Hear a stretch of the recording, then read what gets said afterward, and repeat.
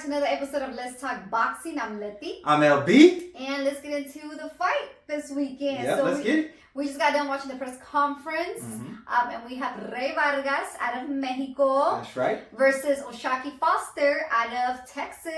Yep, Houston. Yeah, where the fight's going to be in Texas, but San Antonio. Yep.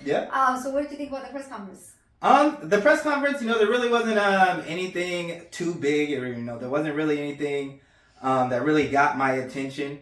I will just say that Rey Vargas, it's pretty much like his normal press conferences where he's coming in and he talks.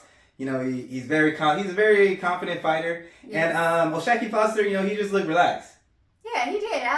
Like you said, nothing crazy, but just the way I feel like Rey talks, even in his interviews. Even if in the press conference, also if you guys, understand Spanish and you heard the way he talks or I feel like he throws jabs here and there to his opponent, but it's like classy jabs, but with like non-disrespectful jabs. Non-disrespectful jabs, but it's like, oh, you slipped that in there. Like he should say some slick shit that is like hilarious, but he'll say it with a straight face, but respectful. So it's funny to hear him in any interview how he talks. But yeah, he's very confident. Yeah, definitely. Always confident. And Foster, he was like, look, I ain't losing no sleep over you, because Vargas was like, man, I bet that he has some insomnia, just thinking about the fight.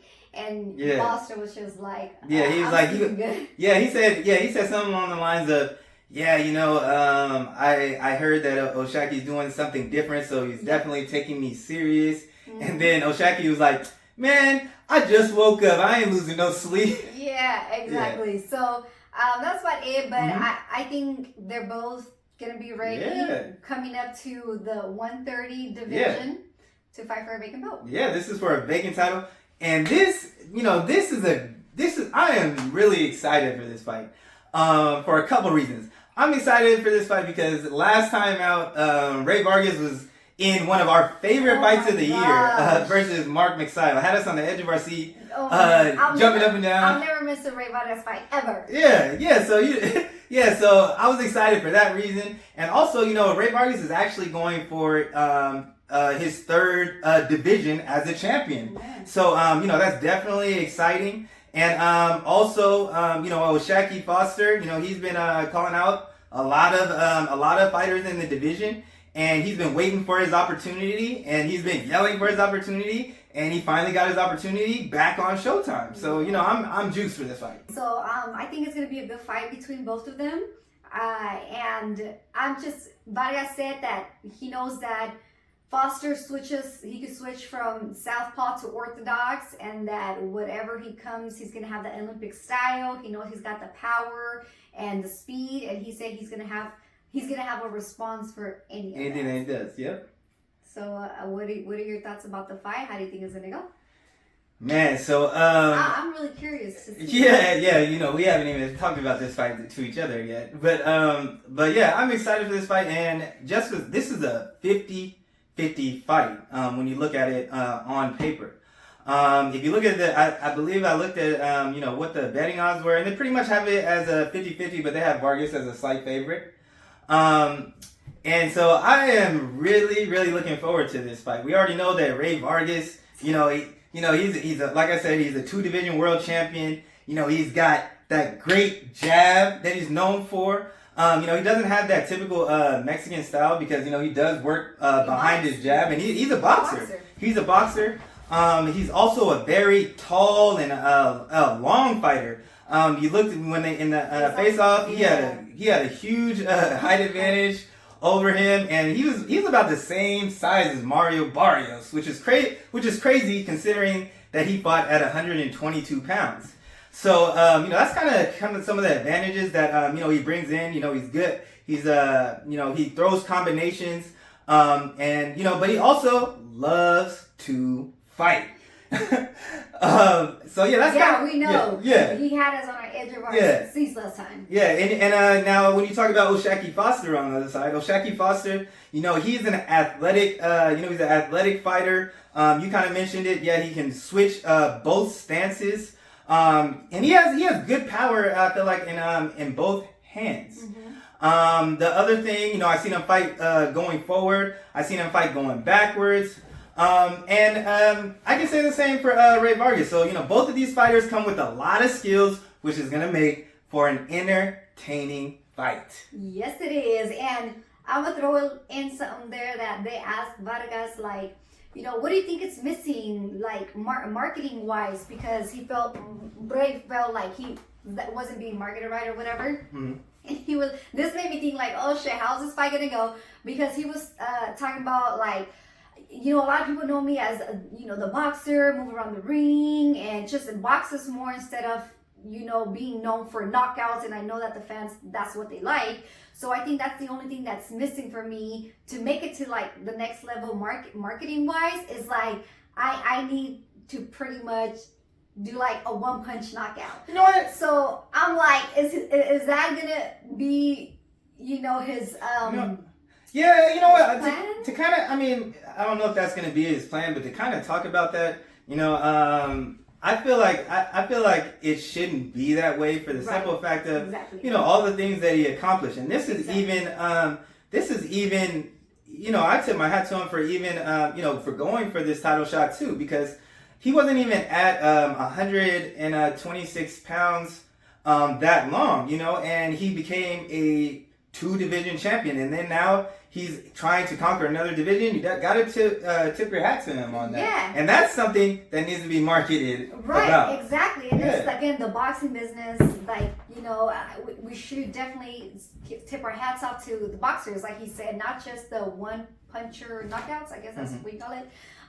So I was like, damn, I started thinking, like, is that what he's going to try to do? Is just really come in and try to knock Foster out and try to give it, like, just a show out or whatever. I don't know, but I mean, it's not like he doesn't get entertaining fights, and he does. He really does. Yeah, he gives entertaining fights, and he does sit and bang. Yeah. Like we've seen him bang it out. So it's. I think it's because one of the bigger boxers nowadays, they really have, like, that one-punch knockout that I feel like that gets highlighted 1,000 times more than. Yeah, because to keep it a buck, everyone does love knockouts. Yeah, yes, we do. But I think Rey Vargas should come in and do what he does, move around the ring, box, use his ring IQ.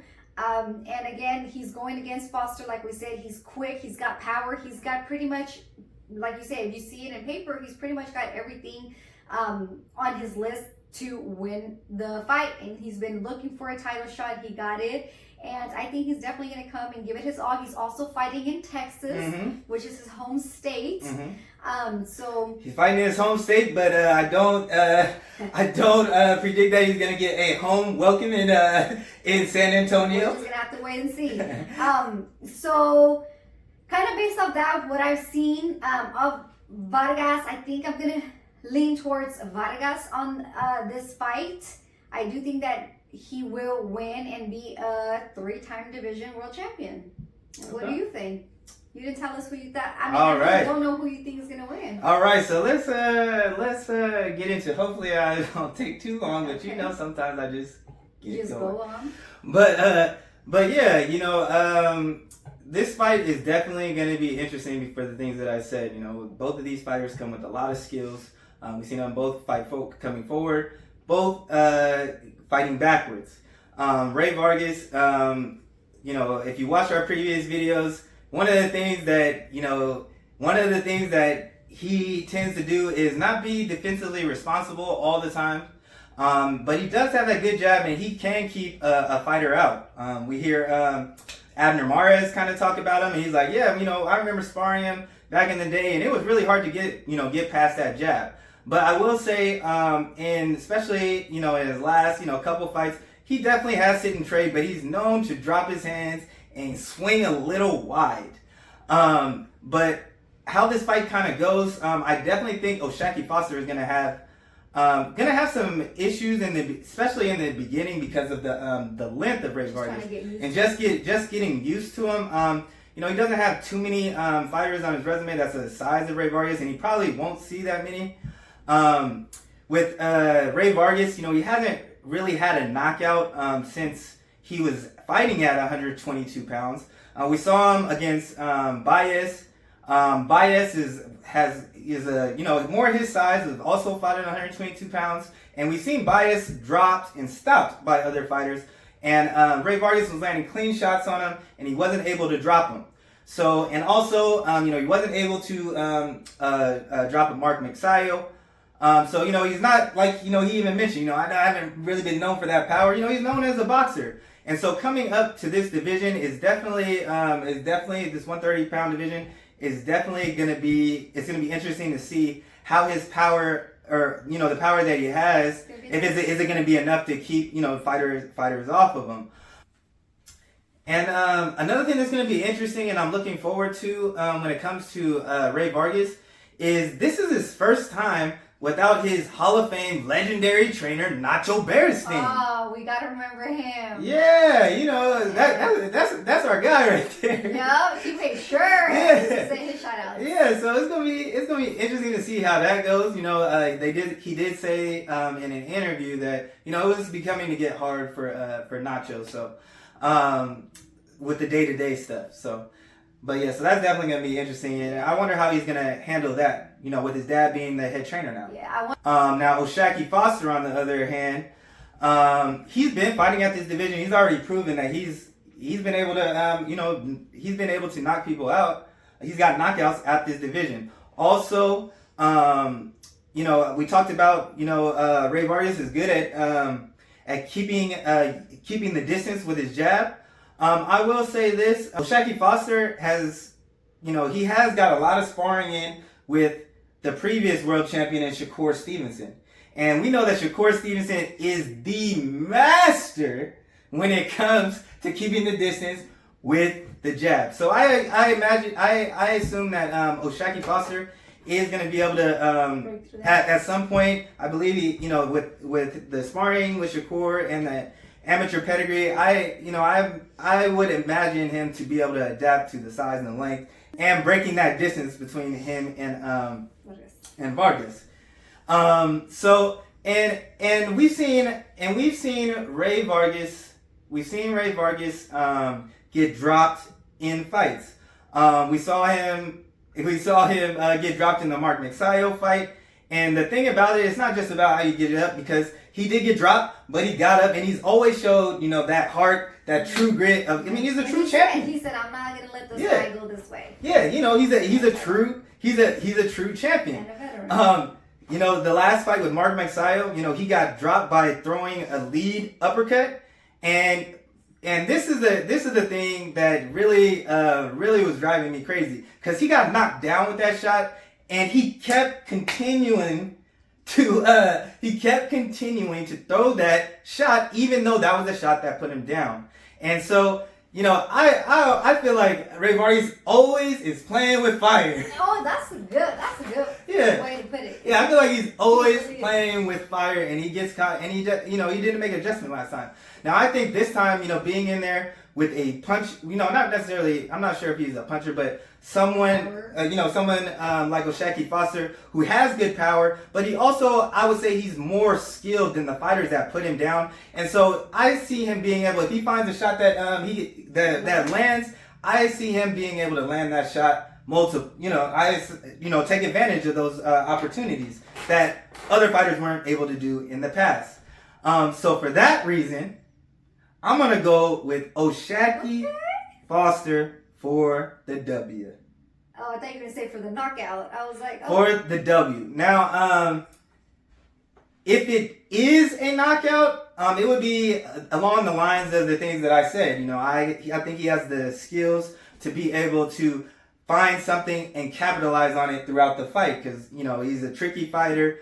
He's been in there, and he's also and just to talk a little bit more about his career. He started off as a highly touted prospect, and he took 2 losses. He used to fight on Showtime, and then after that, early in his career, he was no longer fighting on Showtime. And when he talks about it, he says, I had 1 foot in boxing and I had 1 foot in the streets. If you listen to any of these boxers that come from the streets, they'll tell you there's no way that you can fight at the top level, championship level, and be in the streets too. So, you know, since those, you know, he said he's got it together. You know, he's got a new, you know, he changed his trainer. He's with Bobby Bennett now, and we know that Bobby Bennett is with is Regis Prograde's trainer. So he's in there with you know, he's in there and he sees Regis Prograde's in there. So I imagine he's gonna be ready for this moment. Oh, and yeah. so you know, for that, and this dude's been hungry talking about a fight. So, and this is pretty much, I know he's coming into this looking like this is my last shot, because he's had to fight his way back up to get to that mandatory slot, because after taking those 2 losses, we know in boxing, kind of like what Brian Custer said, people want to just throw you away, which is trash. It is. But yeah, so you know, for all those reasons, I'm gonna go with shaquiefoster for the W. All right, man, I'm more excited to see So, it's gonna be, I know, an exciting, explosive fight. And I can't wait to come back to do the recap so we can talk about what way it wins. Because I know we're going to have a lot to talk about the exciting fight. So. Yeah. So yeah, we just can't, like you said, we can't wait for this. So yeah, but let us know below, you know, who you guys got in this fight or how you see this fight going. But that's all we got. So thanks for tuning in, y'all. And don't forget to like, comment, and subscribe. Or talk your shit. And we out.